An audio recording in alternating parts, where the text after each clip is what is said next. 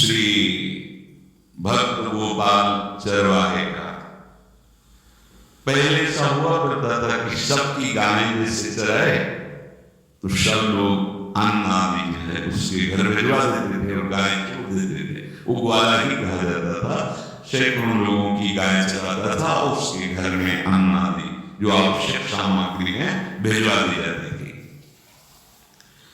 ना तो एक अक्षर पढ़ा लिखा था और ना कभी उसने भगवान का नाम या कोई चर्चा सुनी थी।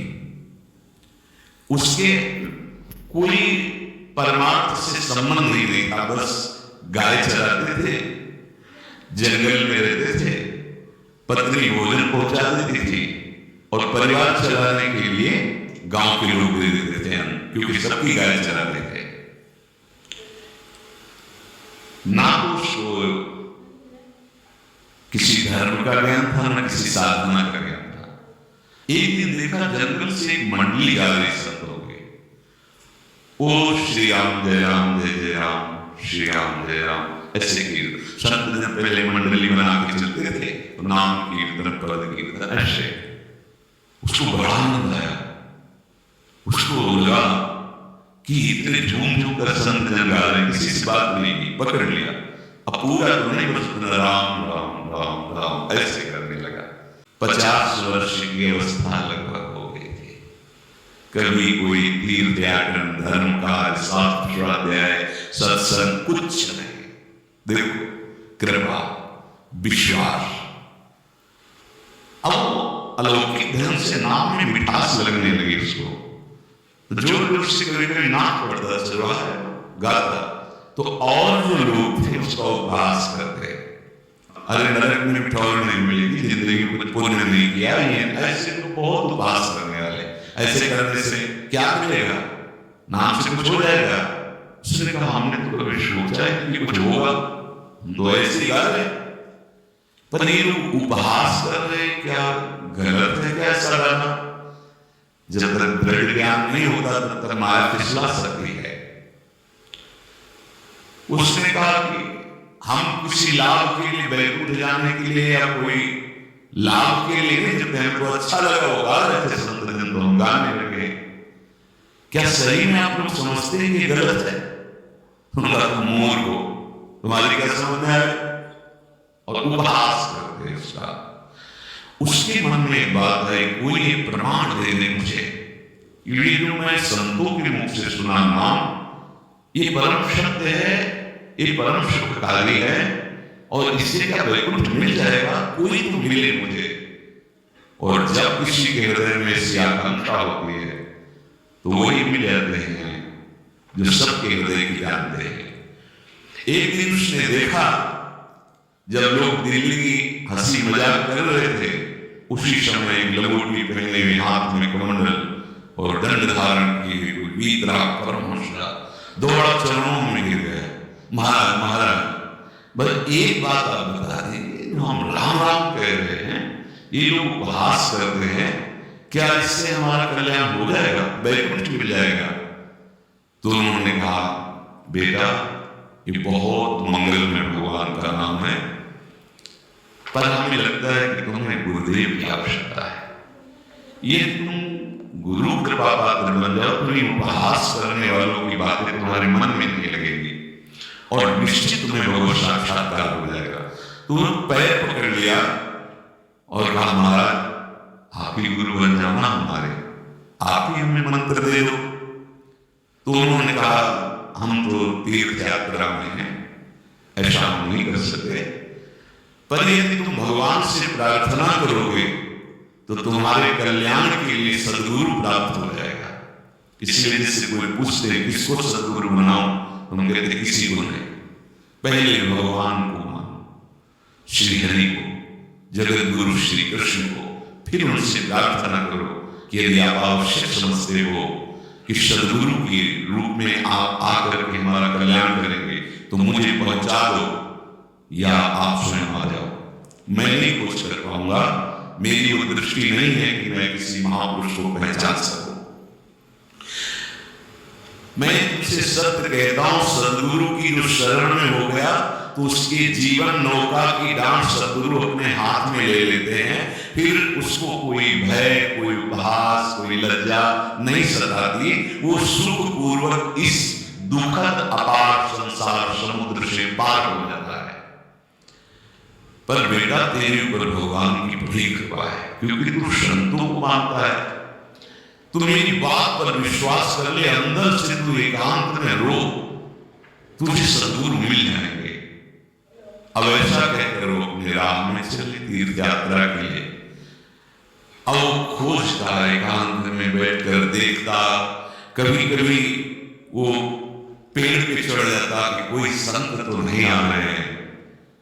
अब उसके लिए वहां भोजन भोजन दबाता, गाय देता और बस खोज करता कि सदगुरु आ जाए, सदगुरु आ जाए। बहुत समय व्यतीत हुआ, पर उसका विश्वास नहीं टूटा कि संत ने कहा था कि तुम भावना करो कि सदगुरु आ जाएंगे। भगवान सदगुरु बनकर गया, वही है सदगुरु। देखा सामने से बड़े तेजस्वी महात्मा बड़े तीव्र गति से आ गए। वो दौड़ा, गुरुदेव गुरुदेव, चरणों में लौट गया। चरणों में देवी गिरा, बिजली सी दौड़ी उसके हृदय में। अब बात बन गई, गुरु मिल गए, वो खड़े हो गए। देखते ही सात्विक भाव उत्पन्न हो रहा है, आंसू निकलने लगे। देखते ही मन में आया कि संत कह रहे थे सदगुरु मिल जाएंगे, यही हमारे सदगुरु है। हृदय में उत्साह, आतुर आवाज, प्रभु मुझे भवसागर से पार करने वाला गुरु मंत्र दे दो। ऐसे थोड़ी दिशा दी जाती कि गली चलते दिया दूंगा। जा पहले स्नान करके आ, फिर एकांत स्थान में बैठेंगे, फिर तेरे को उपदेश देंगे। बोला महाराज, मैं जंगली आदमी हूं, गाय चराता हूं, हमारा घर बार से कोई आना जाना नहीं, यही भोजन आ जाता है। संत ने कहा स्नान कर गया। एक पेड़ के नीचे, भाई मैं तुझे कुछ नियम दूंगा, कुछ शर्त माला, गंवार आदमी, ना हम आपका कोई नियम पालन कर पाएंगे, ना कोई व्रत पालन कर पाएंगे, ना कोई साधना कर पाएंगे। आप देख लो हमारी हालत, 50 साल का हूं, पढ़ा लिखा बिल्कुल नहीं, कोई धर्म कर्म नहीं आता, गाय चराता हूं। मुझसे बहुत बातें नहीं सकेंगे। अगर एक कोई बात बता दे तो प्रण करता हूं, जिंदगी में प्राण त्याग सकता हूं, पर एक बात कोई, एक नियम कोई दे। हमें बहुत नियम तो नहीं समझ में आया, एक कोई बात बता दो कि ऐसा कर लेना और मंत्र जपना, तो हम प्राण त्याग सकते, पर आपकी आज्ञा उल्लंघन पर बहुत बातें नहीं मान पाएंगे, क्योंकि हमारे इतना ज्ञान नहीं है। गोपाल के वचन सुनकर के बहुत प्रसन्न हुए संत भगवान। एक नियम तो दे देता हूं, हमारे आराध्य देव श्री कृष्ण है, गोविंद है। आज से तुम्हारे आराध्य देव गोविंद के, हाँ श्री कृष्ण के। बिना उनको पवाए तुम्हें पाना नहीं है, बस यही तुम्हारे लिए नियम। तुम्हारे पास जो आवे, सूखी रोटी, दूध, छाछ, जो भी, बिना उनको पवाए पाना नहीं। सीधा सरल आदमी, गुरुदेव प्राण चाहे चले जाए, बिना उनको पवाया की बात कभी जीभा पे कुछ नहीं जाएगा। ऐसा गुरुजन आदेश करते हैं वैष्णव मार्ग के पथिकों को कि जल भी बिना अर्पित किए मत पियो। अगर आप बिना अर्पित किए पीते हैं तो आपकी बुद्धि में इष्ट देव के प्रति ममत्व तो नहीं आ पाएगा, नहीं आ पाएगा। अब तो गोपाल नाच पड़ा कि गुरु मिल गए, गुरु मंत्र मिल गए और इष्ट का पहचान मिल गई। उसी समय घर से भोजन आया, वही चटनी रोटी, ऐसे बैठा एकांत वृक्ष के नीचे, आओ गोविंद भोग पाओ। अब गोपाल विचार में लगा कि आप तो रहे नहीं, और गुरु जी ने कहा बिना पवाए पाना नहीं। पूरा दिन व्यतीत हो गया। गुरु जी कहते घर घर में विराजमान भगवान है, कहीं से भी प्रकट हो सकते हैं। तो अंदर मंत्र जब तक आओ भगवान पाओ आके, नहीं आए। महाराज हमारे गुरुदेव ने आपका ध्यान जुड़ता है, तो वैसे आओ, पाओ आकर के गई, देखा प्रभु नहीं है तो भोजन उठाया, गाय को पवा दिया, तो बहुत सी गाय थी, भूखा रह गया। दूसरे दिन फिर भोजन आया, एक पत्ता टोरा जल से छिड़का और भोजन रखा, भगवान को फिर आओ प्रभु। गुरुदेव ने आज्ञा की, बिना आपको पवाए हम अपनी जवान में नहीं रह सकते। शाम हो गई, रात्रि हो गई, फिर गौ को दे दिया, नहीं पाया। अभी तो 50 वर्ष की अवस्था और गौओं के पीछे दौड़ना और भोजन पाना नहीं, शरीर में सामर्थ्य धीरे धीरे कम होने लगी। तीसरा दिन, चौथा दिन, पांचवा दिन, छठा दिन, सातवां दिन, दीनानाथ प्राण चाहे निकल जाए, गुरु की आज्ञा नहीं तोड़ सकते। अगर आप नहीं आएंगे तो भूखों मर जाऊंगा। पर हम ये बात चरवाहा है, कोई साधना गुरु की नहीं। गौ सेवा के प्रताप से उससे संतों में प्रीति हो गई, नाम की कृपा से, गुरु की कृपा से नामी की प्राप्ति की चाह। ऐसे कई दिन व्यतीत होते, अस्थि मात्र हो रहे शरीरा। पूछते कि क्या बात है, भोजन तो हम रोज लेते हैं, आप रोज लेते हैं, क्या पाते नहीं? आपका विषय शिक्षा मिलती है, अपने गुरु उपदिष्ट साधन को किसी से बताना नहीं चाहिए। गुरु उपदिष्ट साधन जब तक सिद्धावस्था ना पहुंच जाए तब तक गुप्त रखा जाता है। ऐसे गुरुदेव भगवान है, जब तक वो ना पाएंगे तब तक हमने कहा कि, और उनका उद्देश्य अलग था कहने का कि आप भगवान को भोग लगा के पाइएगा और भजन कीजिएगा तो मंत्र के प्रभाव से तुम्हारे मानस पटल पर भगवान दिखने लगेंगे। ऐसा होता है। और सीधा आदमी सीधा समझा, जब तक भगवान नहीं पाएंगे तब तक हमें नहीं पाना। 18 दिन बीत गए, कुछ ना खाना न पीना। गोविंद भी देखते, अच्छा प्राणनाथ जब प्राणों का पोषण कर रहे हैं तो अन्न में भी तो प्राणनाथ की स्त्री भी सकती है, तो बिना अन्न के भी उनका पोषण हो रहा है। पर भागवती का आदेश से, मनमानी करने से नहीं, मनमानी करने में फिर मार्ग उठ जाएगा। भगवान आदेश करते हैं अपनी वाणी से, युक्ताहार विहार से, उचित आहार विहार, वो तो भगवत आदेश होता है। 18 दिन बीत गए, 19वें दिन जब भोजन आया, पेट की आंखें सबसे खुल गई थी। वैसे ही 50 वर्ष के थे, आंखें धस गई थी, उठने की ताकत नहीं। पत्नी ने फिर कहा कि आप कुछ तो बताइए कि क्या आपको कोई रोग हो रहा है, आप भोजन नहीं पा रहे, मैं रुक जाऊं नहीं आपकी सेवा के लिए, या आप घर चलिए, कोई उत्तर नहीं, आप जाइए, हम ठीक है। ऐसा फिर धीरे से पत्ता लाए, छिड़का, भगवान आओ पावा करके। शाम हो गई, फिर गाय को दे दिया। विचार कर लिया कि हम मरना ही है, मुझे जैसे हम के पास भगवान तो आएंगे नहीं, वो तो भगवान है, पर मैं अपने गुरु के वचन नहीं तोड़ सकता, मर चाहे जाऊं। 27 दिन व्यतीत हो गए, एक कौल भी हम नहीं पाया। न चलने की शक्ति थी, न पत्ता लाने की शक्ति थी, न जल छिड़कने की शक्ति थी। जिस पात्र में भोजन लाई थी, लेटे खुला और कहा, प्रभु मुझे पता है आप इस शरीर से नहीं मिलोगे, आप ध्यान लो, मैं अपने गुरु की आज्ञा का उल्लंघन नहीं करूं। 27वां दिन है, पति की दशा देख करके कहा, स्वामी अब तो आप कहोगे भी तो मैं नहीं जाऊंगी, अब आपकी दशा इशारे से कहा, आज घर चली जा, क्योंकि उसको लग रहा था प्राण निकल जाएंगे, आज घर चली जा, फिर कल से जैसी देरी, आज इशारे बोलने की सामर्थ्य नहीं थी। गोपाल के आंसुओं की धारा चल रही, पड़े पड़े धीरे से खुला, जो हो गए, और अंतःस्थल, आज बोल भी नहीं पाए, अंतःस्थल से कहे, प्रभु अब चाहे आके पाल या लिवा जाके पवा देना, देख लो, आप आखिरी है, आके पालो या लिवा देना और अपने यहाँ बोआना, क्योंकि हमारे यहाँ तो पाए नहीं आप। बड़े अंदर से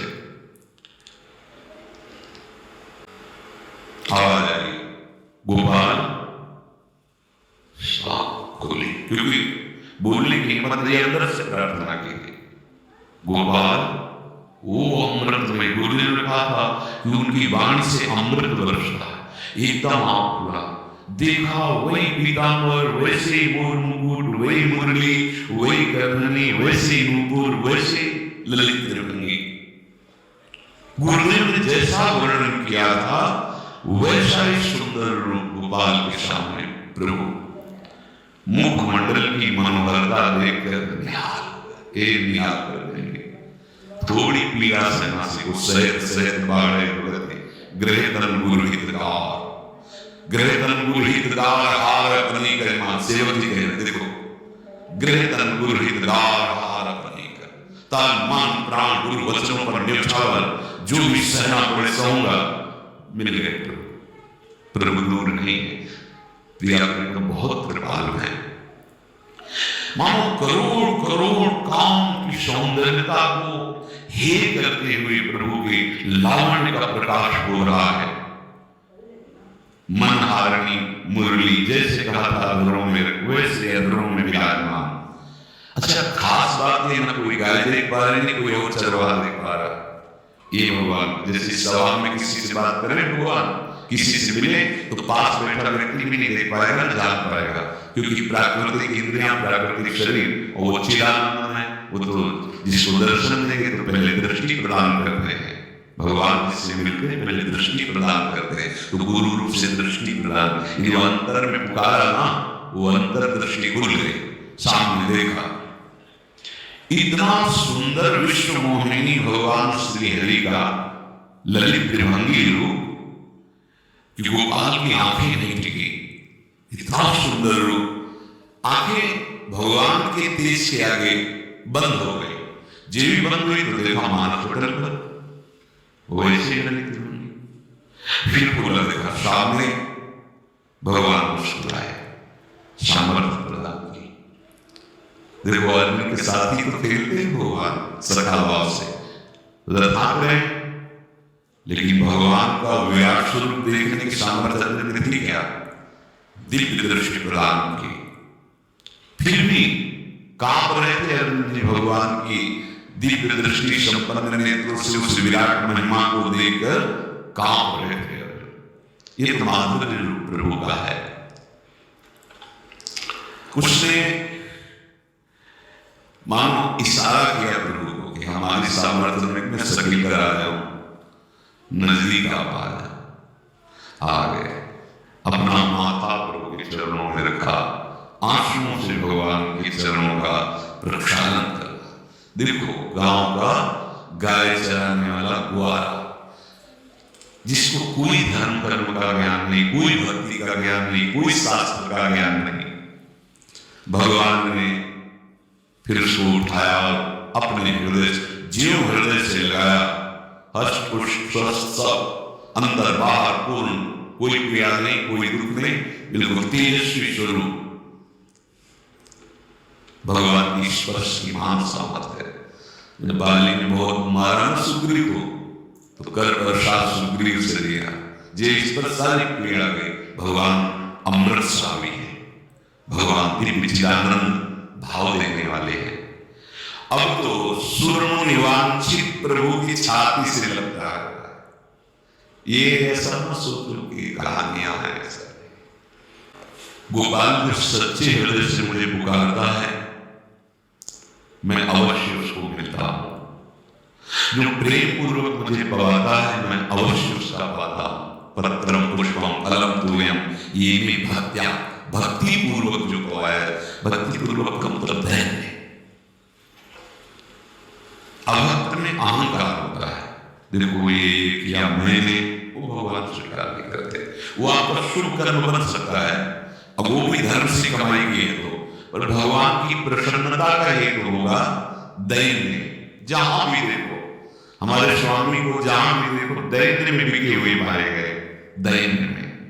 और ये दैन्य किसी बाजार में नहीं मिलती, ये दैन्यता बनावटी नहीं होती, ये वस्तुता हृदय की होती, भगवत प्रदत्त की होती है। पर जो संत सद्गुरुदेव की आज्ञा का अक्षरशः पालन करे तो इस दैन्य का निश्चित प्रादुर्भाव हो जाएगा, अहंकार गलित हो जाएगा। वस्तु, मैं किसी भी वस्तु का कभी भूखा नहीं हूं। मानो गोपाल के बहाने से हमको समझा रहे क्या चाहिए भगवान, कुछ भी कर लो, माना कि तुम तात्कालिक वर्तमान दुख को मिटा सकते हो, तात्कालिक, लेकिन संपूर्ण दुखों को मिटाने के लिए हरिनाम गरज रहा है, राधा नाम गरज रहा है। आपसे प्रार्थना है, समझो इस बात को, कलयुग केवल नाम आधारा। देखो, सुन के राम नाम शुरू किया, मिल गए सिद्ध सद्गुरुदेव, दे दिया मंत्र, बता दी निष्ठा, और मिल गए भगवान। और भगवान कह रहे हैं अब तेरे जीवन में कभी दुख का लेस नहीं रहेगा, तू अब घर जा, अब किसी की गाय चराने की जरूरत नहीं है, कुल परंपरागत तेरे लक्ष्य में बढ़ती रहेगी, तुझे कुछ करने की जरूरत है। देखो, बड़े बड़े सोने के पहाड़ किसी सुनार ने बनाए क्या? प्रभु ने बनाया। भगवान हंसते हंसते समझ नहीं पाए, अंतर्धान हो गए। अग्नि गोपाल कुछ अपने मन भर के देख नहीं पाया था, कह नहीं पाया था, भगवान अंतर्धान हो गए। अब तो चिल्ला चिल्ला के रोने लगा और बेहोश हो के आंख मूंद देखो, उसके मानस पर बचाए। अब तो राजी हो गया कि ये मेरे प्रभु ऐसी जगह विराजमान हो गए, कोई देख ले पाएगा, हम रोज बात करेंगे, रोज दर्शन करेंगे, नारायण या गौर श्याम को हृदय निकुंज बसेंगे। तो इसलिए धैर्य धारण करके कितना भी कष्ट हो, अब पीछे मत करो, फिसलो मत, माया अपने पार्षदों को भेजेगी। प्रभु का चिंतन छूटे हो कुछ भी स्वीकार नहीं, प्रभु का चिंतन होते हुए जो होगा एक सृष्टि का कार्य है, जो जो जिसको सेवा दे होगा। हमारा प्रभु का आश्रय अगर बदला किसी व्यक्ति का आश्रय, किसी अन्य का आश्रय, बहुत घटा हो जाएगा। अपने इस मन को देखते रहिए कि प्रभु को प्रथम नंबर में रखता है या द्वितीय नंबर में। हमें तो लगता है हो सकता है चौथे पांचवें नंबर पे